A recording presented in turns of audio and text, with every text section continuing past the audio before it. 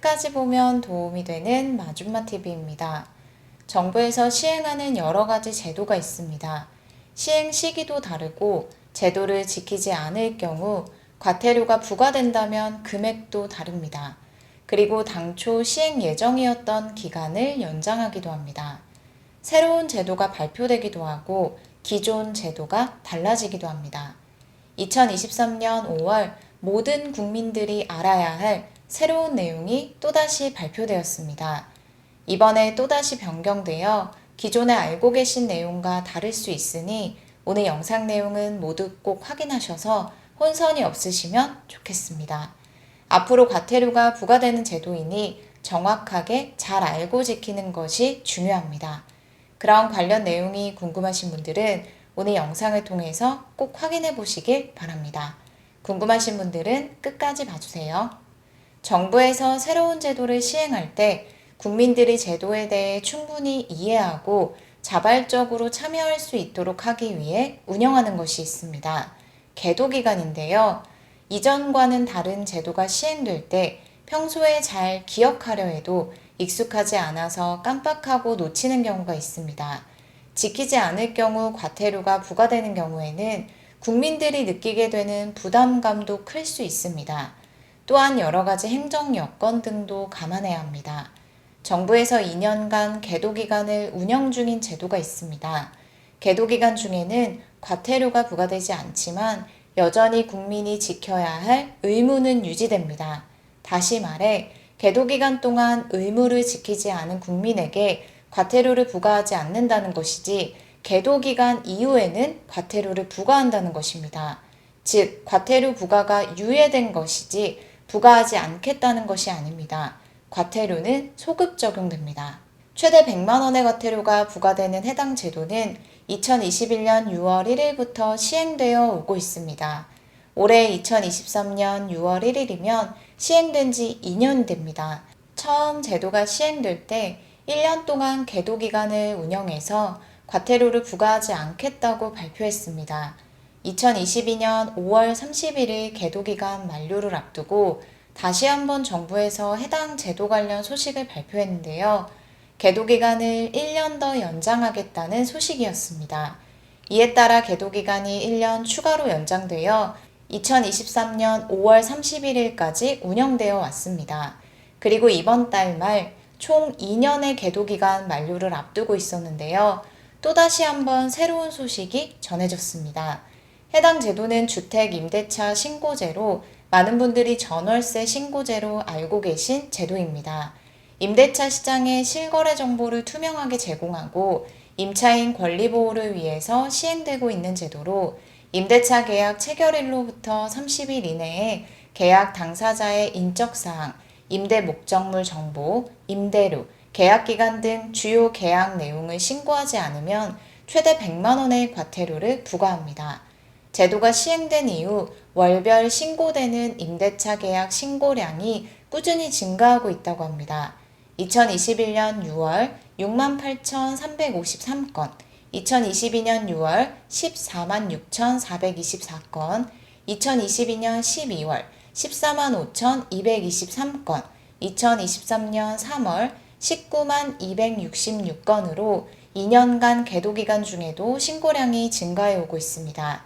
모든 임대차 계약이 신고 대상인 것은 아니고 주택 임대차 신고제 시행일인 2021년 6월 1일부터 체결되는 신규 및 갱신 임대차 계약으로 경기도 외 도지역의 군 제외한 전국의 보증금 6천만 원 초과 또는 월세 30만 원을 초과하는 임대차 계약이 신고 의무 대상입니다.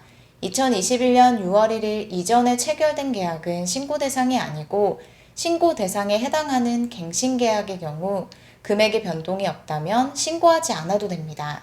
2023년 5월 31일 계도기간 만료를 앞두고 새로운 소식이 발표됐습니다. 지난 2년간 계도기간을 운영하며 임대차 계약 신고량이 꾸준히 늘었다는 점과 신고제의 취지가 과태료 부과가 아니라 임대차 신고를 통해서 임대차 시장 정보를 투명하게 공개하고 임차인의 권익을 보호하기 위함이라는 점을 종합적으로 고려하여 계도기간을 추가로 연장하기로 했습니다. 당초 계도기간 만료일이 2023년 5월 31일로 예정되어 있었는데요. 1년 더 추가로 연장하여 2024년 5월 31일까지 계도기간을 운영합니다.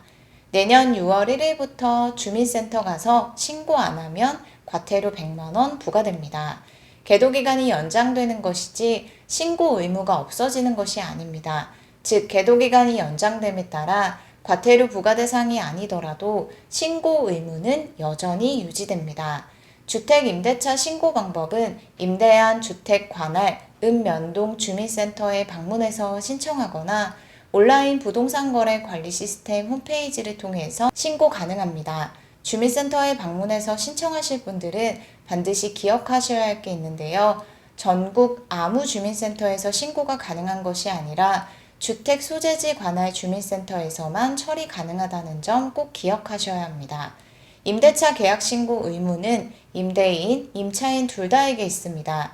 임대차 계약을 맺은 당사자 모두에게 있다고 생각하시면 됩니다.